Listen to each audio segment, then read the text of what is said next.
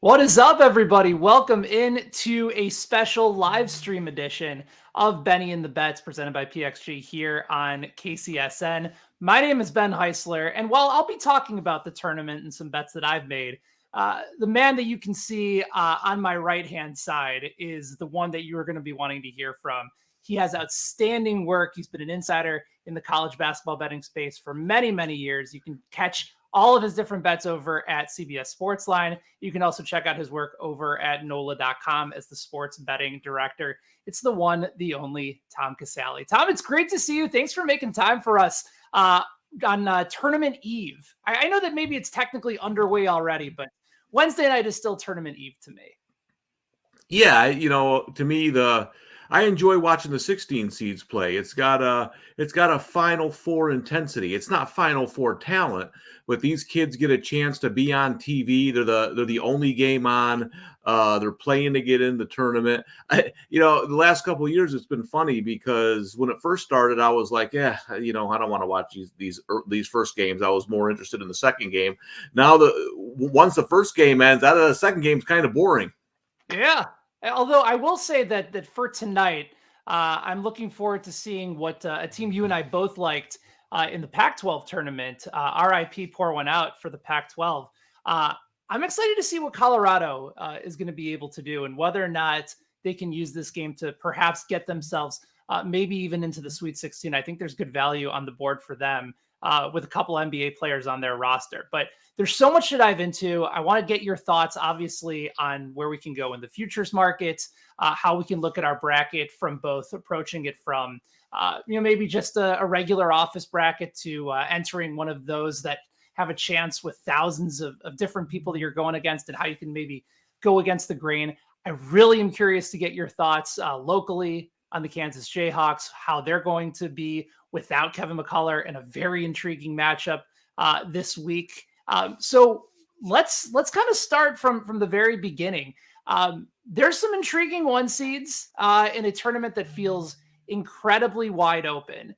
I know that UConn is the serious favorite above all else. You can find them for as long as plus 370 right now to win the tournament. They're at the top of KenPom, and they've been that top consistency team pretty much all year. Number 1 in adjusted offense, number 12 in adjusted defense. And then Houston, Purdue right behind them. And maybe there's a little bit of discrepancy as to whether or not North Carolina is that deserving number 1. Let's talk about these number 1 seeds and their path to the Final Four. Whose path do you like the most? And who do you feel maybe the most comfortable with as far as filling out a bracket?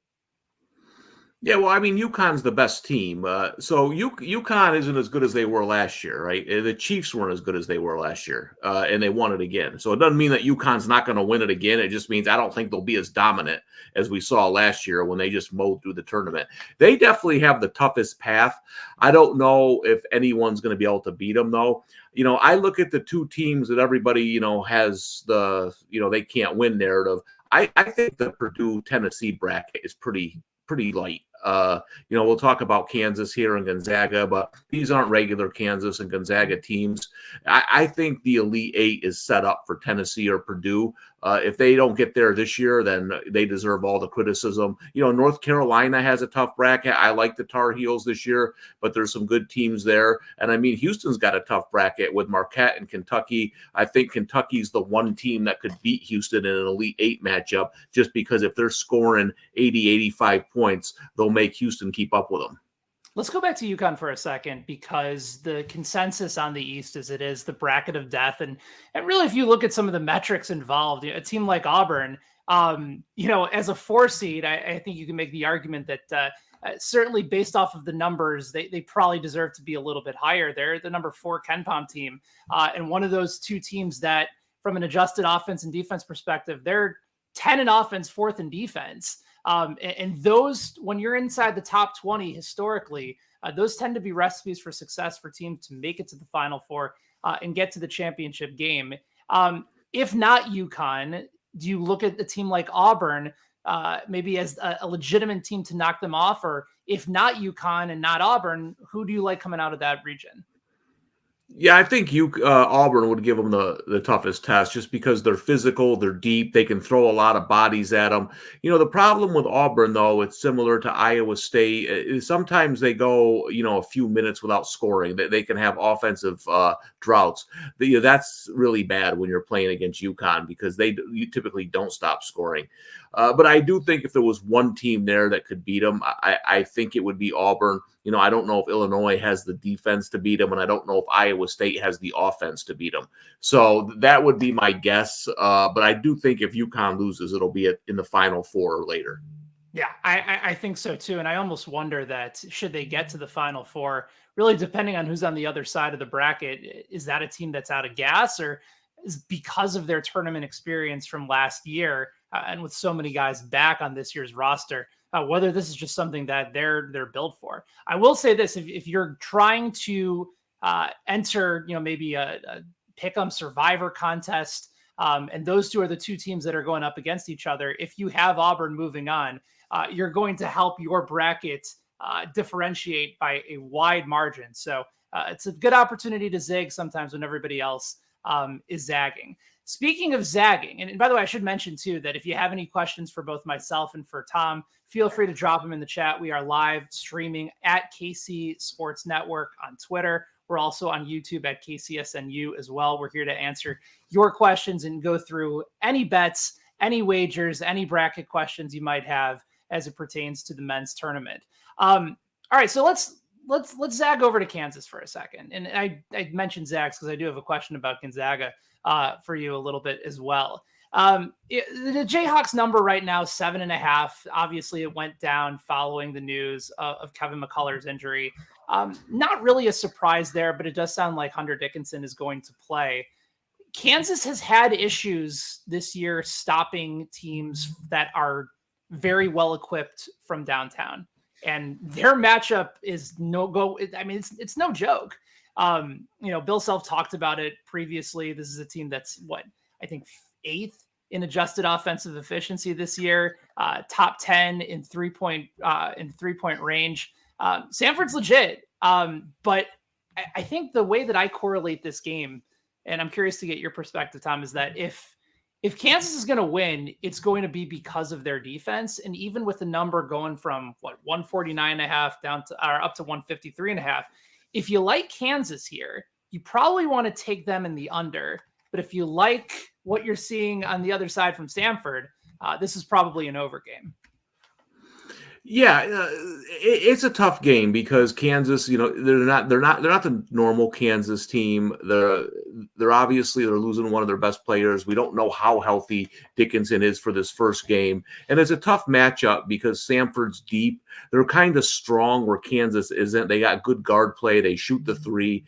That's Kansas's big problem this year is they can't shoot from the outside. Now, I will say this: Listen, I like Samford to compete. I like their team, okay? But you're talking about a team that played VMI in a game that was 134-96. This isn't the best defensive team in the world. See, I think one of the problems where we get in a tournament, we can talk about this later with Alabama if you want, but people want to fade teams and they look at what they did. And, in my opinion, Alabama's going to run Charleston off the court. And everyone will say, well, Alabama's defense, well, they're not playing Kentucky, okay? They're not playing Tennessee. They're not playing Florida. Does their defense stink? Yes, it does. But this might not be the matchup to go against it. And I'll say this with Kansas, win or lose, I don't know if their offensive weaknesses, you'll see them in this game because Samford is just going to struggle to play defense against them too. So it's a real interesting game. I do think the game probably goes over because I don't see any way that Samford stops Kansas, and they're going to play fast. It should be an entertaining game. I understand taking the points. I would say there's a difference between taking the points and picking in your brackets.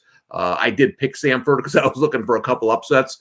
But, again, you're talking about a defense that gives up a lot of points. And I think Kansas is going to be able to exploit some of those weaknesses. Assuming that Dickinson is healthy and good to go, and the rest of the team, we know their current status. What's your ceiling for Kansas? What if all things break well? Uh, could they make another run? Or I know you have Samford winning this game, but what's sort of the range of outcomes here? Is it basically out in the first round and as far as the Elite Eight, Final Four? Yeah, it's not the Final Four because they're not going to beat Houston. They're just not good enough, in my opinion. Again, this is a Kansas team where I was down on them starting a couple months ago. I mean, we can talk about the injuries and stuff like that, sure, but this team has a lot of problems. It's not just they don't have Dickinson. I was told when they got Hunter Dickinson they were going to go undefeated and win the national championship, which I didn't understand. Is he a good player? Yeah, but he's not the kind of player that's going to change your program like that. So yeah, I think what you're looking at is, could they win a couple of games? I mean, their next game would be against Gonzaga or McNeese. Could they win that game? Sure, but then they're going to, then they're going to get. I said Houston. I meant Purdue. Right. They're not going to beat Purdue because Purdue's got size, so they're going to combat Kansas's size, and they can play fast as well.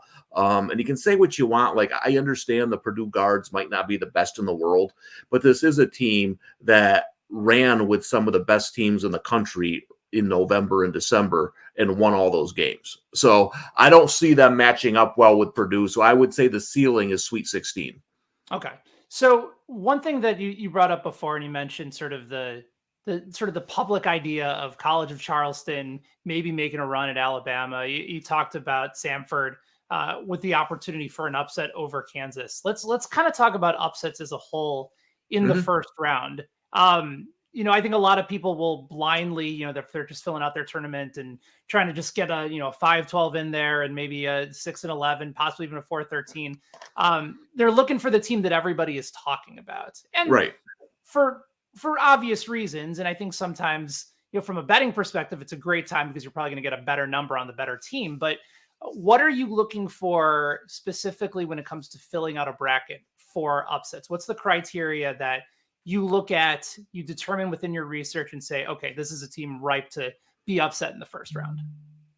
Yeah, well, let's be honest. This is a fact. 90% of people watch college basketball for a month. The ratings, not just this year. I understand. Oh, the women are getting more. College basketball ratings are never that good. Let's be honest. I mean, outside of a Duke North Carolina game, people don't watch college basketball until March. So most people don't really know these teams. They're going by what they see on TV. They're going on bracket shows. And some of these analysts have like 9 double-digit seeds in the Sweet 16, which is ridiculous. But what you're looking for in an upset, one, I'm looking for talent. Some of these mid-majors have more talent than the others. And then I'm looking at matchup. Did they get a good matchup?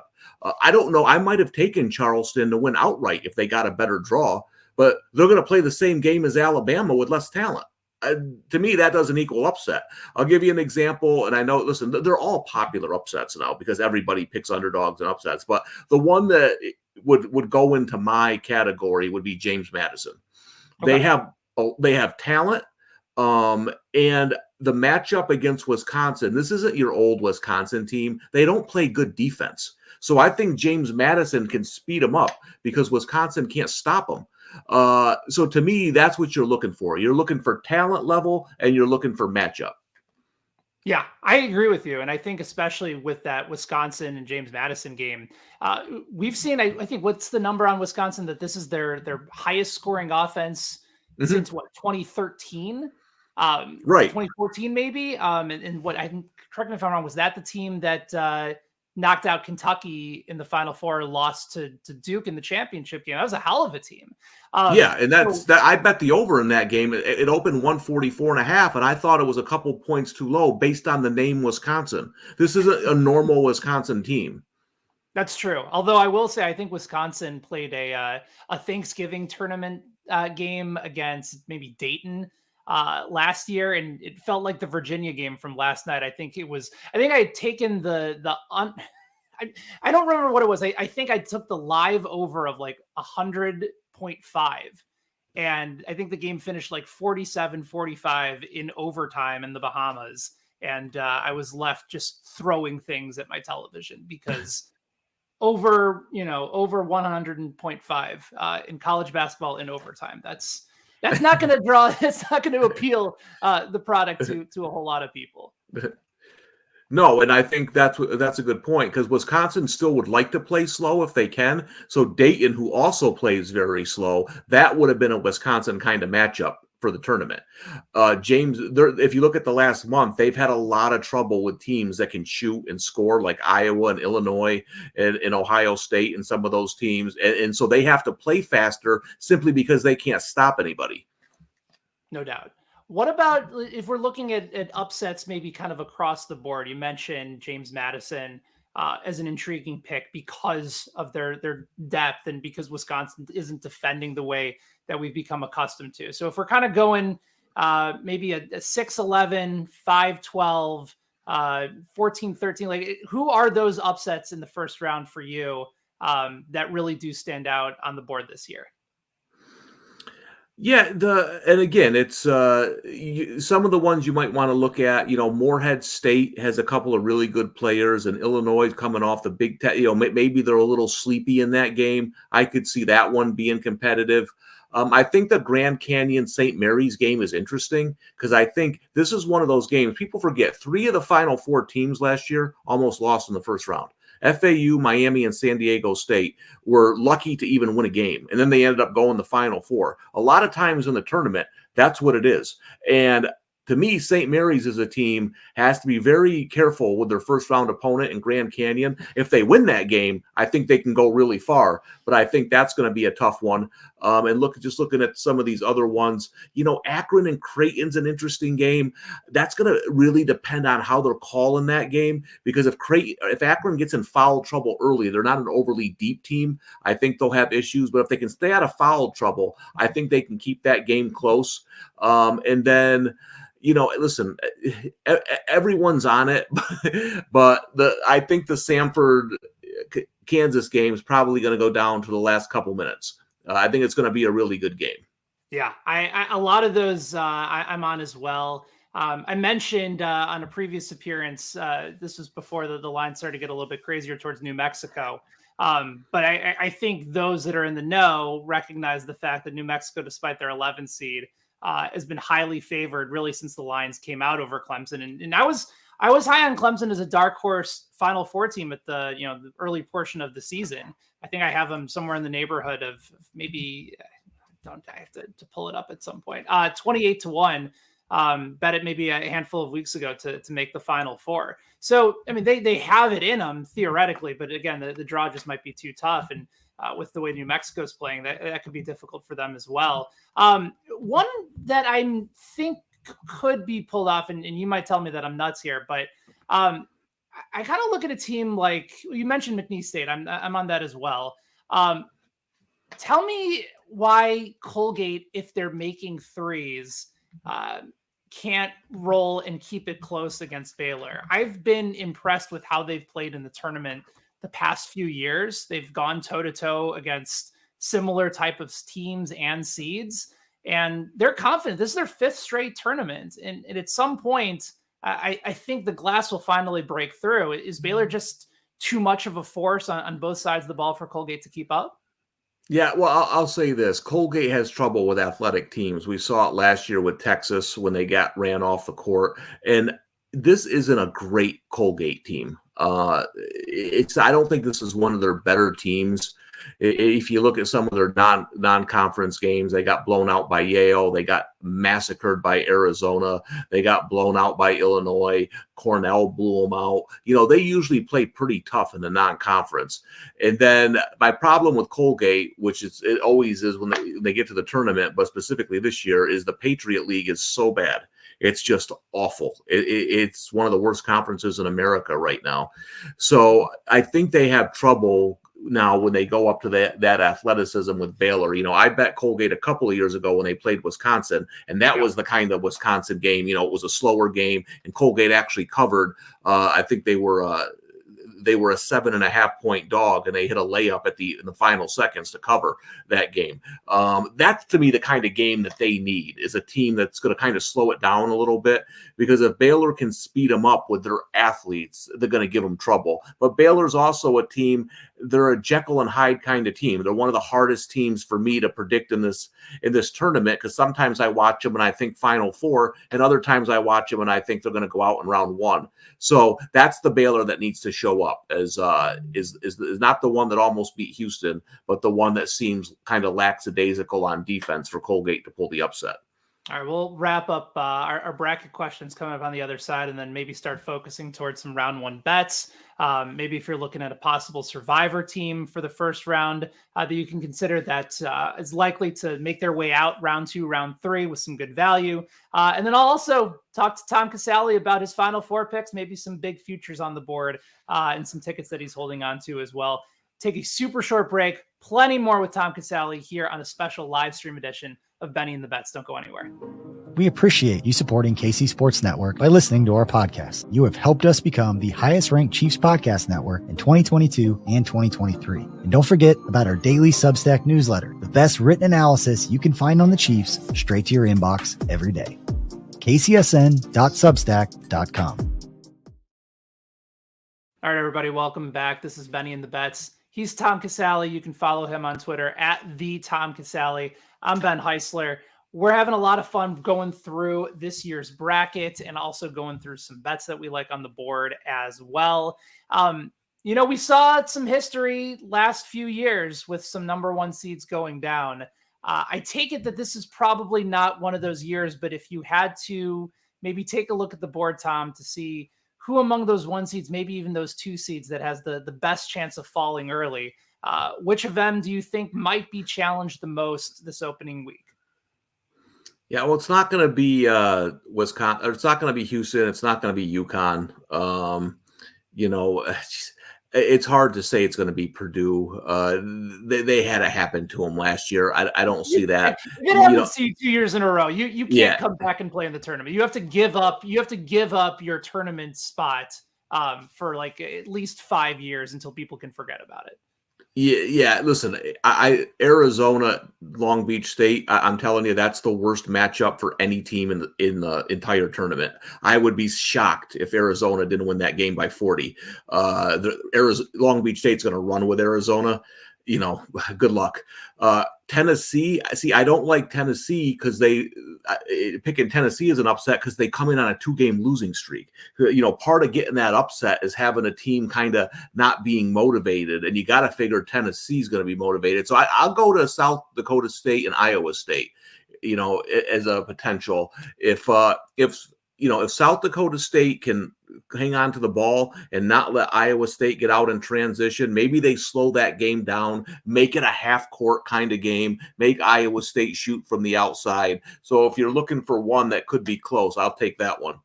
All right. What about on the survivor side before we start getting into some bets? That's become a really popular area to be able to play and get yourself involved in the tournament. Picking a one and done for Thursday, one and done for Friday. Are you looking just basically to survive in advance, take the teams that you know you're going to win, or are you thinking strategy long-term here and maybe trying to go for a team that maybe you just don't trust in the second or third round after that? Yeah, I think there's a couple different ways to go about it. I usually try to find early a team I think is going to win and, try to get on the board. The worst thing you can do is go out early. So I want to at least advance a little bit. So, I try to find a team I feel pretty confident in is going to win. Fair enough. It's funny. A team like Baylor for me that I thought might have a chance at upset alert. That's a team that I'm probably going to take in a survivor pool in the early portion. Illinois, another team that's, maybe bracket wise, I don't necessarily love for them. I think they could be possibly upset, but because I don't trust them, that's one of those teams that I feel you try and take early on and try and get a little leverage on the rest of the field. What about some futures? I can go through some of mine that I've placed recently. I know that you like the number, or you did like the number maybe a few weeks ago on North Carolina at 30-1 to win the tournament. You still feeling as good about them now with their draw? I'm holding on a ticket for them to make the Final Four at plus 760. But give us a couple of future bets that you're holding. It can be Final Four, it can be championship, it can even be Sweet 16. But give us a couple that you're certainly intrigued by that still may be available on tournament eve.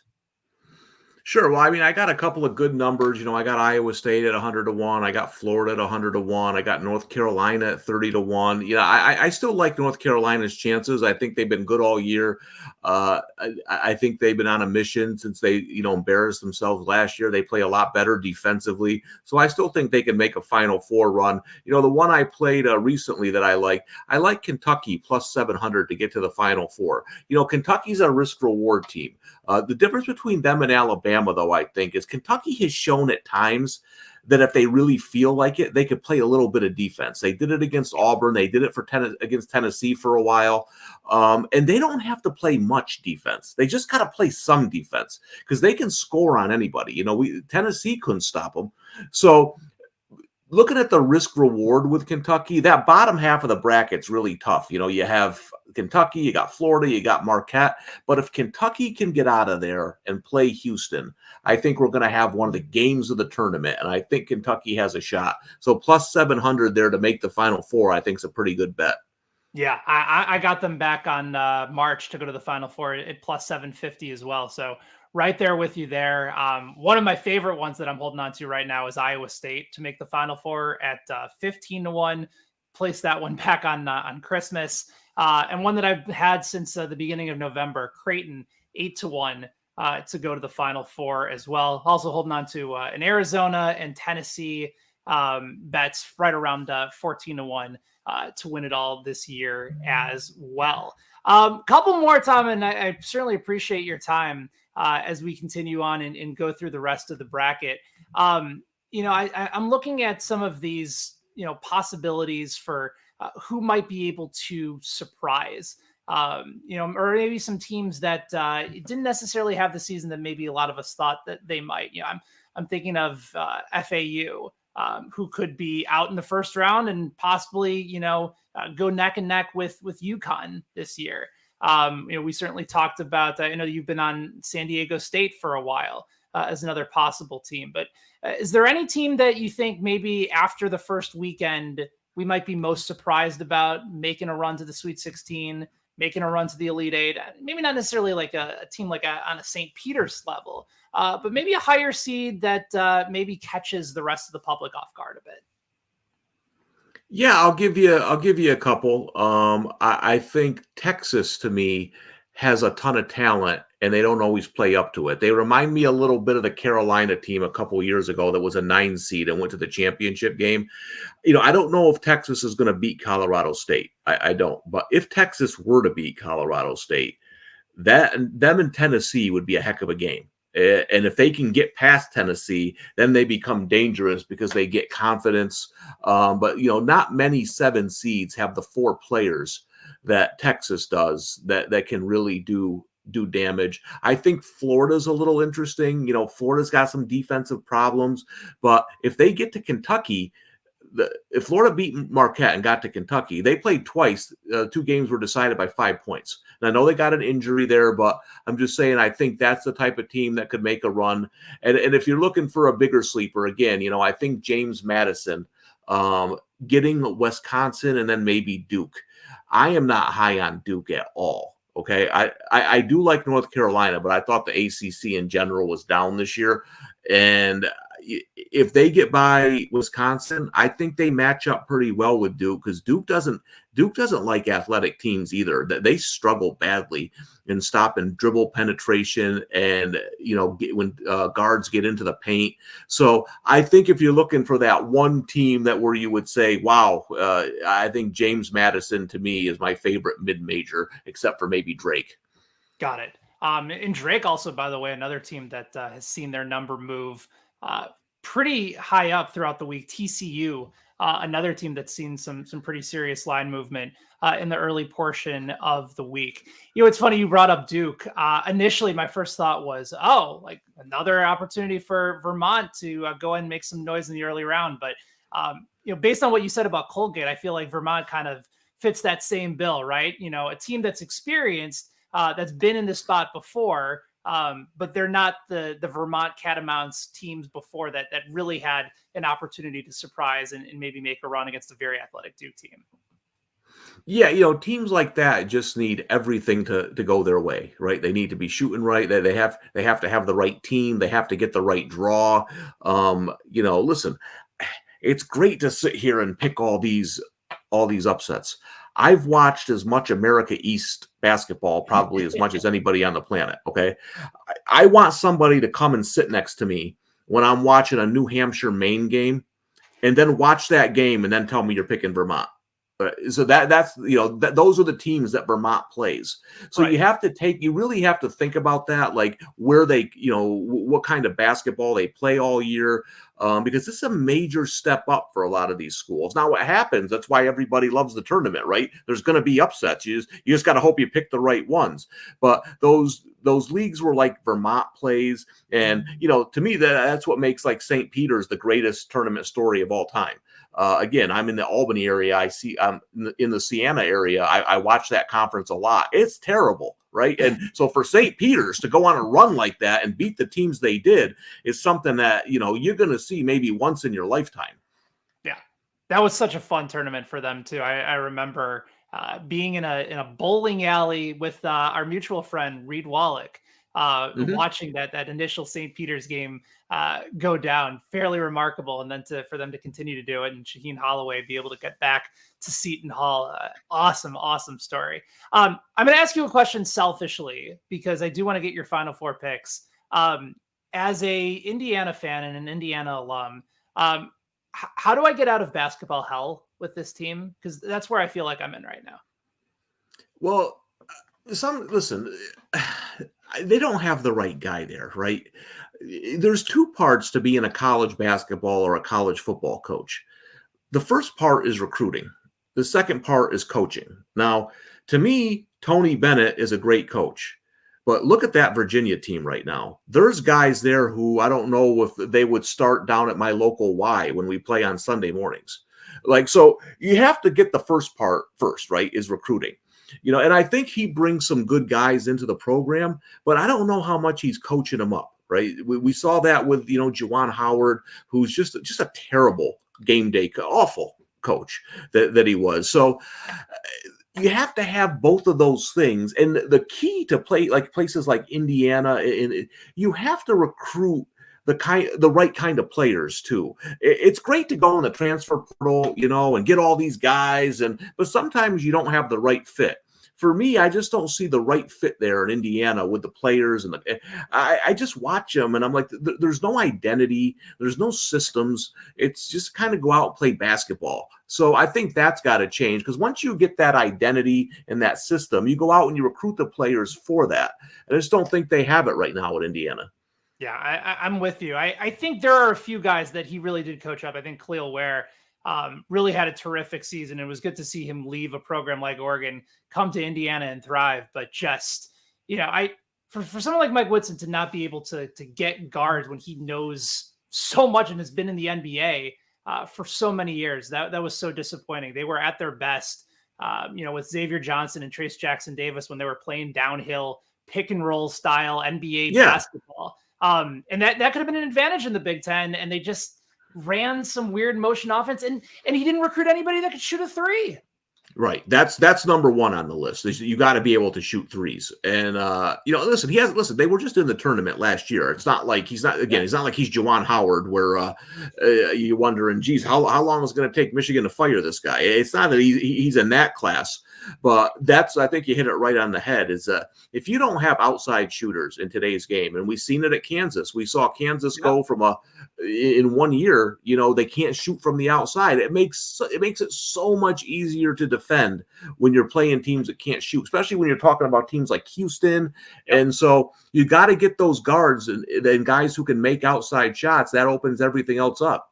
Right. And listen, if teams like their opponent in the NCAA tournament, if teams like Stetson can, be a top 10 3-point shooting team in the country, there's no reason why it can't happen at Kansas. Certainly no reason why it can't happen in Indiana as well. All right. I've selfishly taken up your precious time by talking about being a blowhard about Indiana, but Final four, I'm going to give you mine, and then I'm curious to get yours as well and see where we might stack up.